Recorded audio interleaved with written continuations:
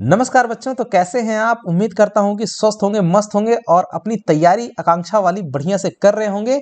तो एक लाइन आपके लिए लेकर के आए हैं। इसमें मैं कहना चाहूंगा कि गुजरी हुई जिंदगी को कभी याद न कर, तकदीर में जो लिखा है उसकी फरियाद न कर, जो होगा वो होकर रहेगा, जो होगा वो होकर रहेगा, तू कल की फिक्र में अपनी आज की हंसी बर्बाद न कर। बिल्कुल बच्चों, आप कैसा एग्जाम होगा कैसा नहीं होगा उसकी फिक्र बिल्कुल मत कीजिए। आप जैसे हैं बिल्कुल हैप्पी रहिए। सो बी हैप्पी और बिल्कुल टेंशन फ्री होकर के तैयारी करिए, है ना। क्या होगा क्या नहीं होगा इसके बारे में आपको चिंता करने की आवश्यकता नहीं है, एकदम मस्त रहिए। तो चलिए देखते हैं इस वीडियो में हम जो आपका केमिस्ट्री का मॉडल क्वेश्चन पेपर था सेट नंबर 2, उसका जो पार्ट नंबर 2 इस वीडियो में हम देखेंगे। पार्ट 1 में हमने 62 नंबर के क्वेश्चन तक किया था सॉल्व। आज यहाँ बाकी जो 63 से लेकर के 80 नंबर जो क्वेश्चन बचे हुए थे उनको इसमें हम लोग देखने वाले हैं। तो चलिए बिना देर के हुए शुरू करते हैं बच्चों, और आपको कल के एग्जाम की एक अग्रिम बधाई इस वीडियो के माध्यम से मैं आपको बोल रहा हूं। चलिए देखते हैं 63 नंबर का क्वेश्चन बच्चों, जल्दी जल्दी देखेंगे, थोड़ा समय कम मिल पाता है, कुछ काम करते हैं, है ना, इस वजह से। तो आपके पास जितना हो सकता है आपको समय देते हैं। फिलहाल चलिए देखते हैं जल्दी जल्दी question 63। Choose the correct statement about chemical reactivity of elements along a period and along a group, है ना। तो अलोंग अ पीरियड यानी कि ग्रुप और जो आपका पीरियड है, उन दोनों के डायरेक्शन में कह रहा है कि जो स्टेटमेंट दिया गया है इन चारों में से कौन सा वाला आपका सही है ना। तो देखिए जो आपका होता है कि जैसे जैसे हम डिक्रीज अलोंग अ ग्रुप, है ना, जो केमिकल रिएक्टिविटी होती है वो जैसे जैसे हम लोग अलोंग मतलब ग्रुप में जैसे जैसे आगे बढ़ते हैं वैसे वैसे केमिकल रेडियो रिएक्टिविटी आपकी क्या होती है, डिक्रीज करती जाती है। तो ऑप्शन नंबर 1 में जो लिखा हुआ है डिक्रीज अलोंग अ ग्रुप, है ना, तो ग्रुप में जैसे जैसे आगे बढ़ेंगे वैसे वैसे वो डिक्रीज होती जाती है। कौन? केमिकल रिएक्टिविटी किसकी? एलिमेंट्स की, है ना। तो ये आपका हो जाएगा सही बच्चों। अगला क्वेश्चन है 64। देखिए विच of the following statement is not correct. देखिए ऐसे क्वेश्चन काफी डेंजरस होते हैं, डेंजरस इन द सेंस कि मारेगा नहीं आपको, है ना, गलती होने का चांस रहता है, इस सेंस में कह रहा हूं, है ना। क्योंकि स्टेटमेंट के क्वेश्चन और आते ही है और आएगा भी, ये भी जान लीजिए। ऐसा क्वेश्चन आपको मिलना ही मिलना तय है जो स्टेटमेंट बेस्ड होगा। विच of the following statement is not correct statement. देखिए कौन सा सही स्टेटमेंट नहीं है आपको ये बताना है। About the trends when going from left to right across the period of periodic table. तो इसमें देखिए क्या है देखेंगे हम लोग, the elements become less metallic in nature, है ना, elements become less metallic in nature. तो ये आपकी करेक्ट बात है, ये होता है, ये सही है। The number of valence electrons increases, ये भी सही बात है बच्चों, ये भी होता है। लेकिन इसने पूछा है कि नॉट करेक्ट स्टेटमेंट आपको कौन सा है ना। तो the atom lose their electrons more easily, ये बिल्कुल गलत बात है। ऑप्शन नंबर 3 आपका सही हो जाएगा, इसका ठीक उल्टा सही होता है। देखिए अब 4 नंबर भी आपका सही है। तो ये तो तीनों बातें आपकी जो राइट है उनको आप दिमाग में बैठा लीजिएगा, इनका यूज करके आप कोई दूसरा भी क्वेश्चन बना सकते हैं या पूछा जा सकता है। तो चलिए आगे बढ़ते हैं। अगला क्वेश्चन जो देखेंगे 65 नंबर का, ये देखिए एलिमेंट एक्स है जो कि form and chloride with formula, है ना, XCl2 क्लोराइड बनाता है, which is solid with high melting point, जो कि क्या है, सॉलिड है जिसका मेल्टिंग पॉइंट क्या है, हाई है। X would mostly like be in same group of the periodic table as, है ना। तो वो एक्स जो है, ये जो ऑप्शन दिए हुए हैं इनमें से बिल्कुल सेम, तो कौन सा वाला इसमें से तत्व होगा वो एक्स आपको वो बताना है ना।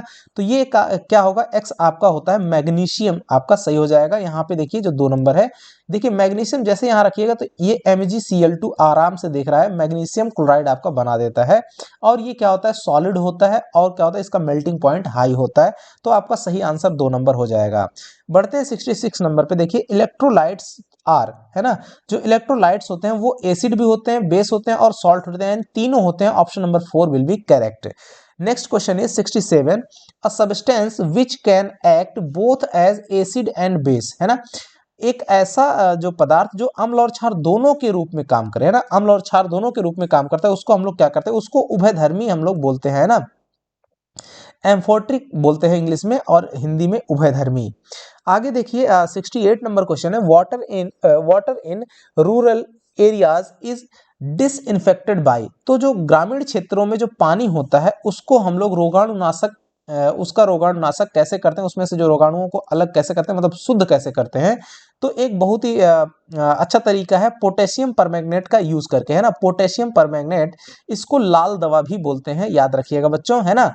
क्या होता है इसका फॉर्मूला, KMnO3, है ना। पोटेशियम परमैंगनेट या लाल दवा बोला जाता है।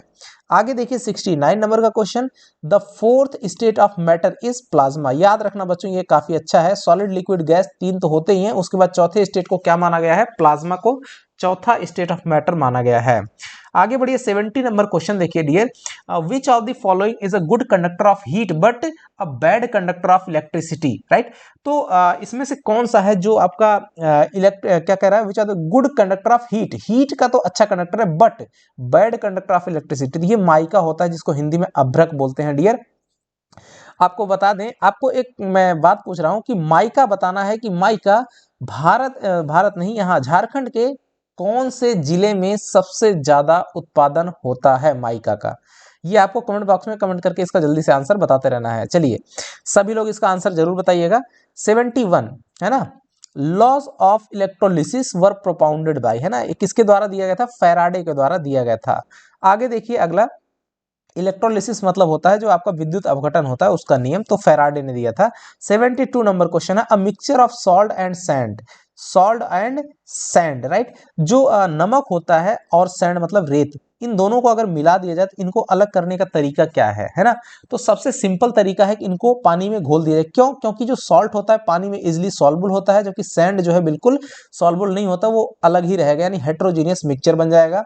अब क्या करेंगे, एक जो है फिल्टर पेपर रख करके उस पे से जब पानी को छानेंगे, जो कि पानी में आपका सॉल्ट घुला रहेगा, तो पानी के साथ नीचे बैठ जाएगा सॉल्ट वाला पानी, और जो आपका रेत रहेगा वो आपका अलग हो जाएगा। तो आंसर आपका बनेगा डिसॉल्विंग इन वाटर, यानी जल में घोलकर इनको अलग किया जा सकता है। 73 आपका number question, which are the following substance exhibit the property of sublimation. तो इसमें से कौन सा आपका सब्सटेंस है ना, कौन सा है जो कि आपका ऊर्ध्वपातन, सब्लिमेशन जिसको बोलते हैं। सब्लिमेशन वो स्टेट होती है डियर जिसमें अगर हम किसी मटेरियल को गर्म करते हैं तो वो लिक्विड में ना बदल करके डायरेक्ट किस में बदल जाता है, डायरेक्ट ये आपका वाटर वेपर बन जाता है, राइट, यानी कि वेपर गैसियस स्टेट में चल जाता है। तो ये आपका ऐसा किस में होता है, तो कपूर में होता है बच्चों। ये जब इसको जलाते हैं तो गर्म करते हैं तो ये लिक्विड में नहीं फॉर्म होता, ये डायरेक्ट गैसियस स्टेट में पहुंच जाता है। तो कपूर इसका सही आंसर हो जाएगा। इसमें क्या होता है, ये फॉर्म करता है सब्लिमेशन प्रॉपर्टी। आगे देखिए अगला क्वेश्चन 74 नंबर का बच्चों, विच of the following is lightest metal, है ना। तो सबसे हल्की धातु का नाम बताना है, तो क्या होता है बच्चों, लिथियम होता है ना।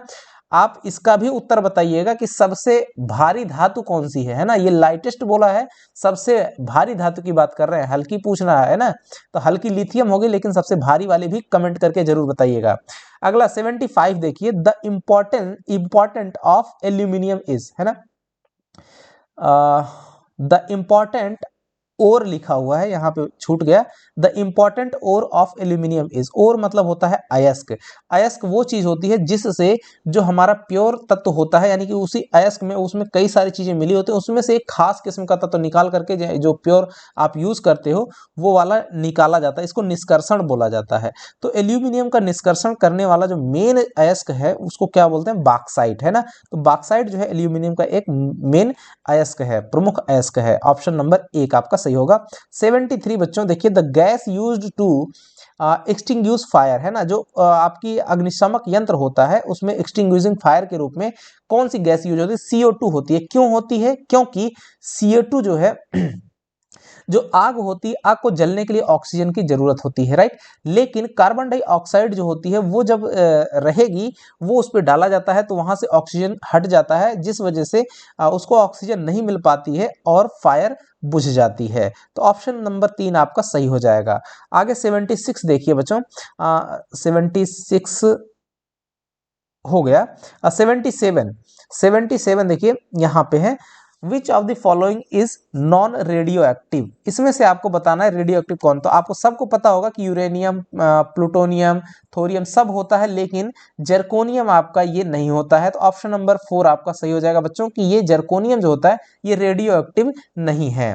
आगे देखिए 78 क्वेश्चन का dear, which of the following metals react with nitrogen, कौन सा मेटल है जो react with nitrogen at room temperature to form nitride, है ना। तो कौन सा ऐसा तत्व है जो कि नाइट्रोजन के साथ रिएक्ट करके नाइट्राइड बनाता है। तो इसका सही आंसर बच्चों मैग्नीशियम होगा, जो कि रिएक्ट करके नाइट्रोजन के साथ रूम टेम्परेचर पर रिएक्ट करके नाइट्राइड फॉर्म करता है। 79 क्वेश्चन है, गोल्ड इज सॉल्युबल इन, तो गोल्ड किसमें सॉल्युबल होता है यानी घुल जाता है। तो एक्वारेजिया, है ना, इसको अम्लराज हिंदी में बोलते हैं, ये देखिए लिखा हुआ है अम्लराज।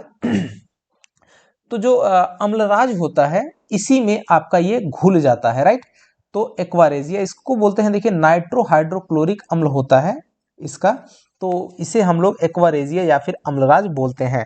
ये बहुत ही मतलब समझिए कि ये कई सारे जो अम्ल होते हैं उन सबका एक प्रकार से मिक्सअप होता है, और ये हाईली जो है अपने अंदर मतलब इसके अंदर घोलने की जो प्रकृति है वो बहुत ज़्यादा होती है, किसी भी चीज़ को अपने अंदर डाइल्यूट कर जाएगा। आगे देखिए 80 नंबर और लास्ट नंबर का क्वेश्चन है बच्चों, कौन अधिक सक्रिय हाइड्रोजन है, यानी कौन सा ऐसा हाइड्रोजन है जो which is the most active, most active कौन होता है बच्चों हाइड्रोजन फैमिली में, फ्लोरीन होता है ना। फ्लोरीन गैस जो होती है वो आपकी हाईली क्या होती है, एक्टिव होती है, मोस्ट एक्टिव।